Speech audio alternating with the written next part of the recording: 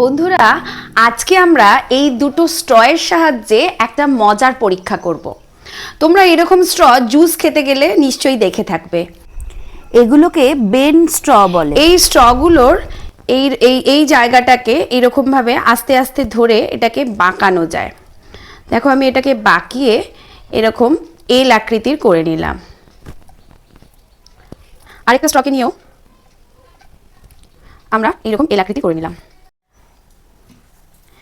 এইবার এই এলের এই ছোট বাহুটাকে আমি এই এলের বড় বাহুর সঙ্গে জুড়ে দিচ্ছি।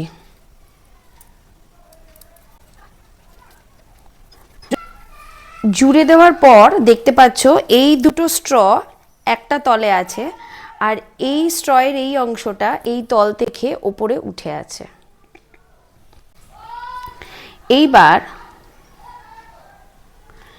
আমরা যদি এই স্ট্রয়ের এই একটা প্রান্তে আমরা যদি ফুঁ দিই তাহলে কি হবে বলো তো? আচ্ছা, দেখো কি হয়।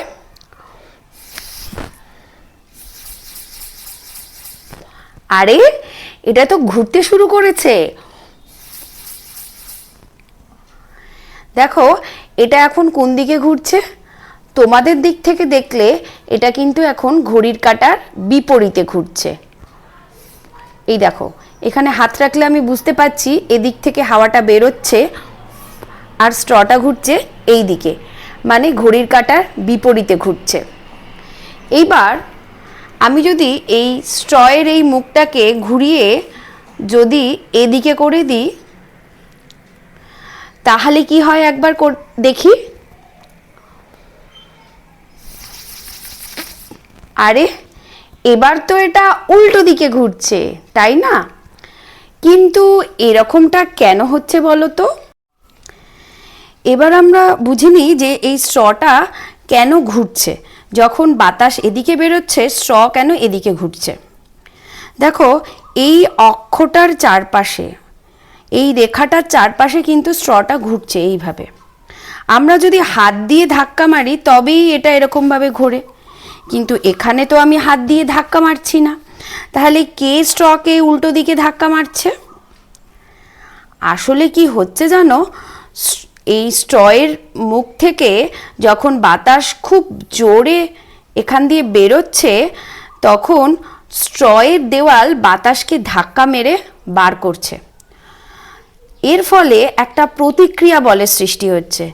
তার কারণে বাতাসও স্ট্রয়ের দেওয়ালকে উল্টো দিকে একটা ধাক্কা মারছে। সেটা এই পয়েন্টেও হচ্ছে, সেটা এই পয়েন্টেও হচ্ছে। এই দুটো জায়গাতেই স্ট্রয়ের দেওয়ালের উপর একটা বল কাজ করছে, যেটা হচ্ছে এই দিকে। ব্যাপারটা যদি আরেকটু ভালো করে আমরা বোঝার চেষ্টা করি তাহলে এরকম যে যখন এই স্ট্র বরাবর বাতাস প্রবাহিত হচ্ছে তখন ভরবেগের দিক হচ্ছে এই দিক বরাবর, কিন্তু যখন এই জাংশন পয়েন্টে বাতাস পৌঁছালো তখন বাতাসের দিকটা হয়ে গেল, প্রবাহিত হওয়ার দিকটা হয়ে গেল এদিকে, অর্থাৎ ভরবেগের পরিবর্তন হলো।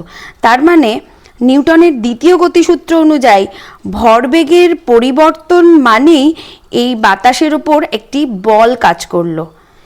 কে দিল এই বল? না, স্ট্রয়ের দেওয়াল।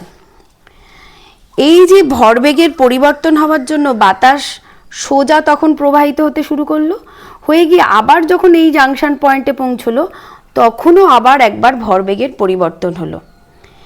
তখনও তার মানে স্ট্রয়ের দেওয়াল বাতাসকে একটা ধাক্কা মারলো, অর্থাৎ একটা বল প্রয়োগ করলো, যাকে আমরা ক্রিয়া বল বলতে পারি। বাতাসও কিন্তু স্ট্রয়ের দেওয়ালকে উল্টো দিকে ধাক্কা মারলো, যেটাকে বলে কি প্রতিক্রিয়া বল। নিউটনের তৃতীয় গতিসূত্র অনুযায়ী এই ক্রিয়া আর প্রতিক্রিয়া বল সমান ও বিপরীতমুখী হওয়ার জন্যই স্ট্রটি ঘুরতে শুরু করলো। আমরা একটা জিনিস করে দেখতে পারি, যদি এই স্ট্রয়ের মুখটাকে যদি আমরা এরকম করে দিই, মানে এই দুটো মুখই যদি একই তলে থাকে তাহলে দেখি তো এটা ঘোরে কিনা। স্ট্রয়ের দুটো মুখই একই দিকে আছে। এবার আমরা যদি এই একটা মুখে ফুঁ দিই তাহলে কি হয় দেখো।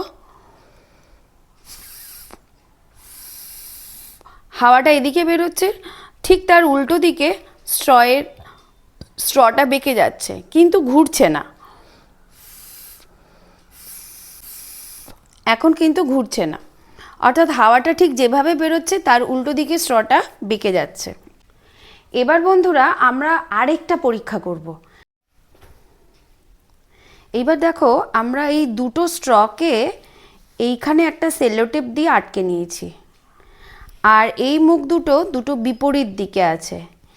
এই অবস্থায় যদি আমি এবার ফু দিই, তাহলে কি হবে বলো তো?